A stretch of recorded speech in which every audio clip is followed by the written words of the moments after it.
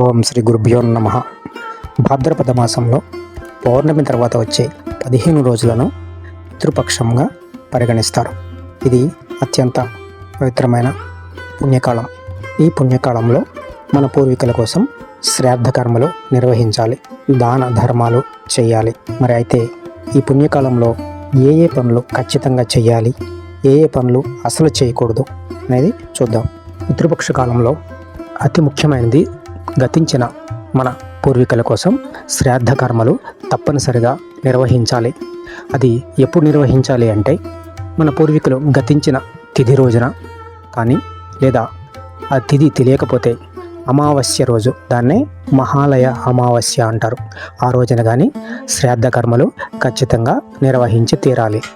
ఈ శ్రాద్ధ కర్మల రోజున ప్రతిరోజు ఆహార పదార్థాలను మీ పూర్వీకులకు సమర్పించాలి, వారిని భక్తితో ప్రార్థించాలి.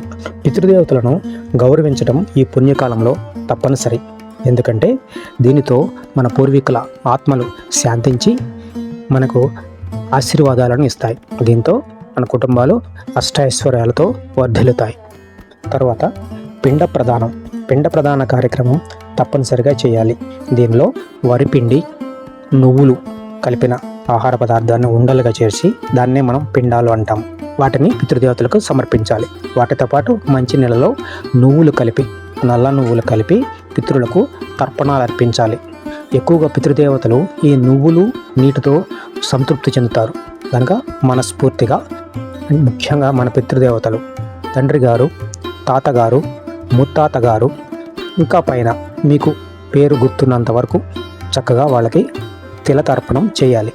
ఈ పుణ్యకాలంలో పితరులకు మాత్రమే కాదు, బంధువులు, మిత్రువులు, ఇంకా శ్రేయోభిలాషులు ఎవరైనా గతించిన వారు ఉంటే వారి పేరు, గోత్రము చెప్పి తిలలతో సహా ఉన్నటువంటి నీటిని తర్పణం చేయాలి. అవి వారికి నేరుగా చెందుతాయి, వారి ఆత్మలు సంతృప్తి చెందుతాయి.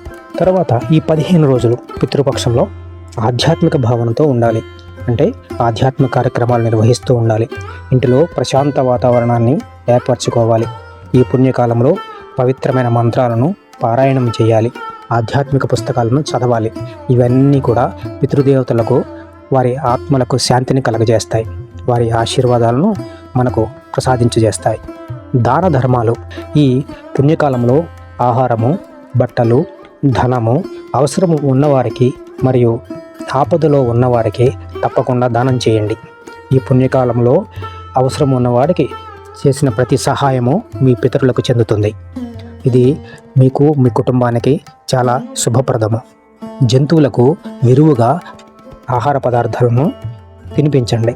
ఈ పితృపక్ష పుణ్యకాలంలో ఆవులకు, కాకులకు, కుక్కలకు, చివరికి మన ఇంటిలో సంచరించే చీమలకు కూడా ఆహారాన్ని సమర్పించండి. ఈ ఆహార సమర్పణ పితృపక్షంలో వేరే వేరే జంతువులకు సమర్పించడం అనేది తప్పనిసరి. ఈ ఆహారము ఈ జంతువుల ద్వారా మన పితృదేవతలకు చేరుతుంది.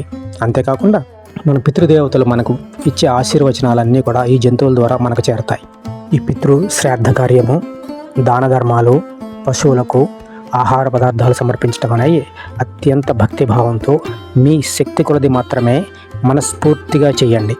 వేరే వేళ్ళ కోసమో, లేదా ఏదో ఒత్తిడి ఉందనో, లేదా డబ్బులు ఖర్చు అయిపోతున్నాయా అన్న భావంతోనో పొరపాటును కూడా చేయకండి. వాటి వల్ల ఏమీ ఉపయోగం ఉండదు. మీరు మీ ధర్మబద్ధమైన సంపాదనతోనే దాన ధర్మాలు చేయండి, పితృకార్యాలు నిర్వహించండి.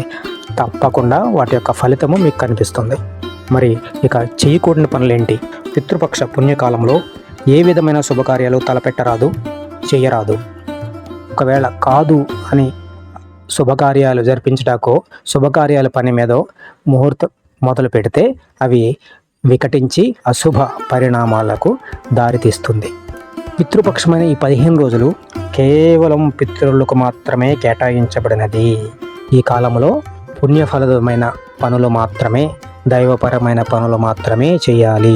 విలాసాలకు పోయి ఏ విధమైన భేషజాలకు పోరాదు, విలాసవంతమైన ఖర్చులు చేయరాదు, విలాసవంతమైన వస్తువులు కొనరాదు. తరువాత ఆహార నియమాలు. ఎట్టి పరిస్థితుల్లోనూ మాంసాహారాన్ని ముట్టవద్దు. పితృపక్ష పుణ్యకాలంలో మాంసాహారాన్ని పూర్తిగా త్యజించాలి. ఉల్లి, వెల్లుల్లి లేని ఆహార పదార్థాలు మాత్రమే స్వీకరించాలి. ఎందుకంటే ఈ ఆహార పదార్థాలు మనలో సాత్విక భావాన్ని పెంపొందించి చక్కటి భక్తి భావంతో ఈ 15 రోజులు గడిచేలాగా చేస్తుంది. లేదు అని చెప్పి ఈ నిషేధించిన పదార్థాలు తిని పితృకార్యాలు నిర్వహిస్తే దానికి ఉన్న పవిత్రత పోతుంది, అనుకున్న లక్ష్యము నెరవేరదు. ఇంకా దూర ప్రయాణాలు ఎట్టి పరిస్థితుల్లోనూ చేయకూడదు. ఈ పితృపక్ష పుణ్యకాలంలో దూర ప్రయాణాలను సాధ్యమైనంత వరకు మానుకోండి. ఈ ప్రయాణాలు ఏదన్నా ప్రారంభించడానికి కానీ ఏదన్నా వ్యాపార నిమిత్తం కానీ అయితే వాయిదా వేసుకోవడం మంచిది. అయితే ఉద్యోగ సంబంధమైన బాధ్యతలలో ఎంత దూరం ప్రయాణించవలసి వచ్చినా ఈ నియమం వర్తించదు. చివరగా కొత్త వస్తువులు ఏవీ కొనరాదు. ఈ పితృపక్ష పుణ్యకాలంలో కొత్త బట్టలు, కొత్త చెప్పులు, నగలు కొనరాదు. అంతేకాకుండా కొత్త ఇల్లు కొనడం కానీ, కొత్త ఇల్లు కొందామని ఆలోచన చేయటం కానీ, కొత్త వాహనం కొనడం కానీ ఎట్టి పరిస్థితుల్లోనూ చేయరాదు. ఇవి అశుభ పరిణామాలకు దారితీస్తాయి. అంతేకాకుండా పితృ సంబంధమైన దోషాలు మీకు ప్రాప్తిస్తాయి. దీనివల్ల ఇట్లాంటి పనులు ఈ 15 రోజులు చేయకుండా ఉండటమే ఉత్తమం. ఓం శ్రీ గురుభ్యో నమః.